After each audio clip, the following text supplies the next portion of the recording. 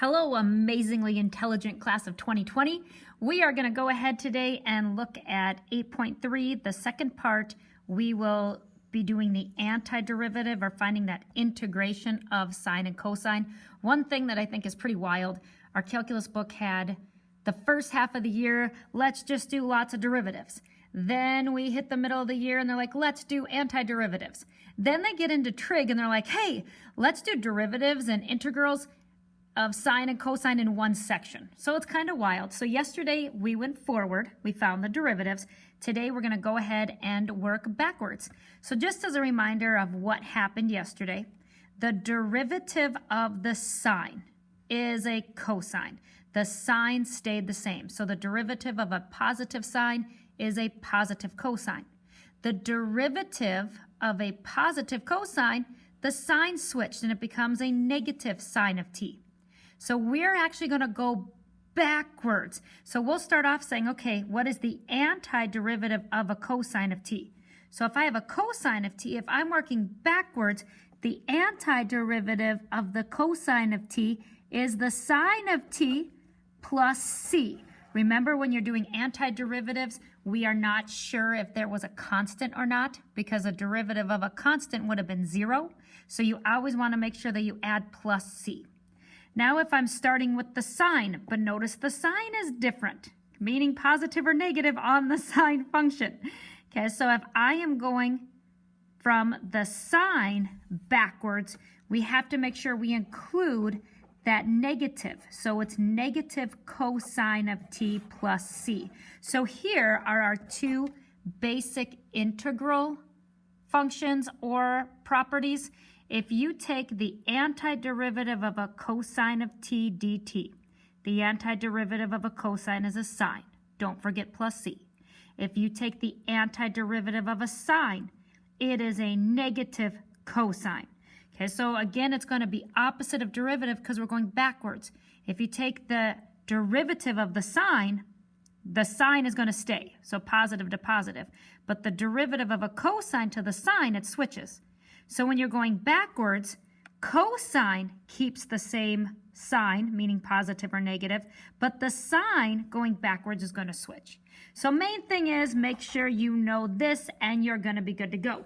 The other thing is when we are looking at the chain rule backwards. So for example, when I'm doing number 3, this is more than just a t. So I'm going to have to take the derivative of this. But instead of multiplying by that derivative, remember you divide by it, or you can multiply by 1 over that amount. And we'll see some of these. Okay, so let's go ahead and find some antiderivatives. The antiderivative of a sine is a negative cosine. You keep the 3t the same.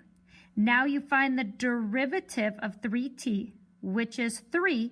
But instead of multiplying by 3, you're dividing by 3, which is the same as multiplying by 1/3. Again, I can multiply those two values together. So negative 1/3 times the cosine of 3t, it's an integral, so don't forget plus c. Okay, here's one, just reminding you that not general power rule, the constant multiple rule, where you can take your constant and move it out front, that applies to antiderivatives and integration as well. So the first thing I would do here is say, I don't want to deal with that 2. Put it out front. Now a cosine of x over 2 is the same thing as a cosine of 1/2 x. This 2 just hangs out till the end. The antiderivative of a cosine is a sine. You keep the 1/2 x the same. Now you multiply by, we have to find the derivative of this and then multiply by the reciprocal of that, which is the same thing as dividing. So if I have 1/2 x, the derivative of 1/2 x is 1/2. But you are dividing by 1/2. You can't divide by a fraction.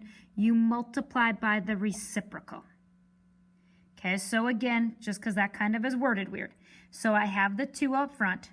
It is a constant multiple, bring it out here. Cosine of x over 2 is cosine of 1/2 x. The derivative of a cosine is a sine. You keep your 1/2 x the same. Now you have to find the derivative of 1/2 x. The derivative of 1/2 x is 1/2. When you're doing an antiderivative, you're dividing by 1/2. You can't divide by a fraction, so you're actually multiplying by the reciprocal, which is 2.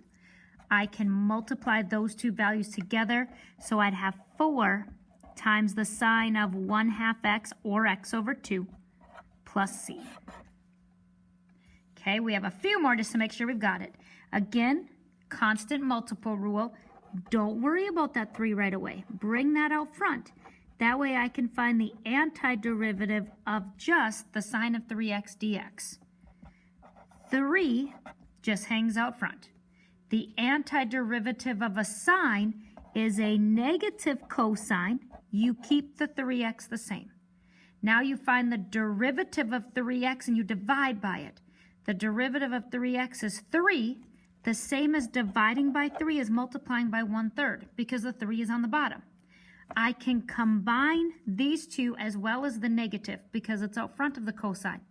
3 times 1/3, well, they cross cancel, leaving you a 1, making this negative cosine of 3x plus c.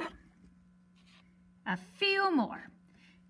Okay, the antiderivative of the sine of negative 2x dx.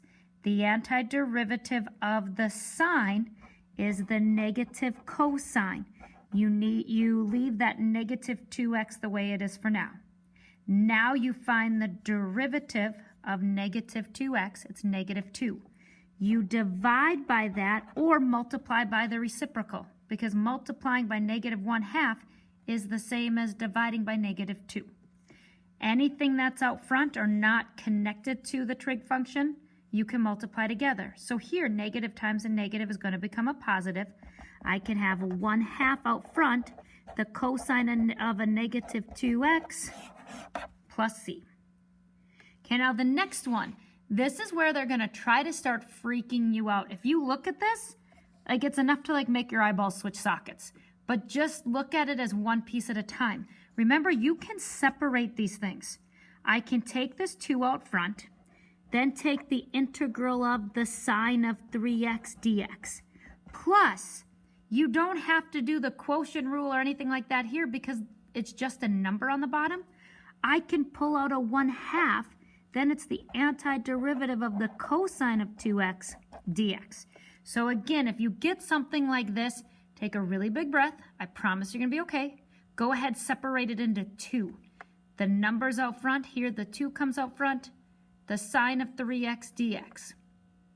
There's a 2 on the bottom, which means I can get rid of that by taking out a 1/2, doing that constant multiple rule. Then I would have my cosine of 2x dx. Now you just integrate each part separately. So the 2 is out front. The antiderivative of a sine is a negative cosine. Keep the 3x. The derivative of 3x is 3, so I multiply by 1/3 because that's the same thing as dividing by 3. Plus, the 1/2 stays out front. The antiderivative of a cosine is a sine. Keep the 2x. The derivative of 2x is 2, so you multiply by 1/2 because that's equivalent to dividing by 2. Now I can go ahead and simplify. I can multiply the 2 and the negative and the 1/3. So it's negative 2/3 cosine of 3x. Plus, here I can multiply 1/2 and 1/2. When you multiply fractions, it's top times top, bottom times bottom. 1 times 1 is 1. 2 times 2 is 4. Times the sine of 2x plus c. So negative 2/3 times the cosine of 3x plus 1/4 times the sine of 2x plus c. That is your antiderivative for number 7.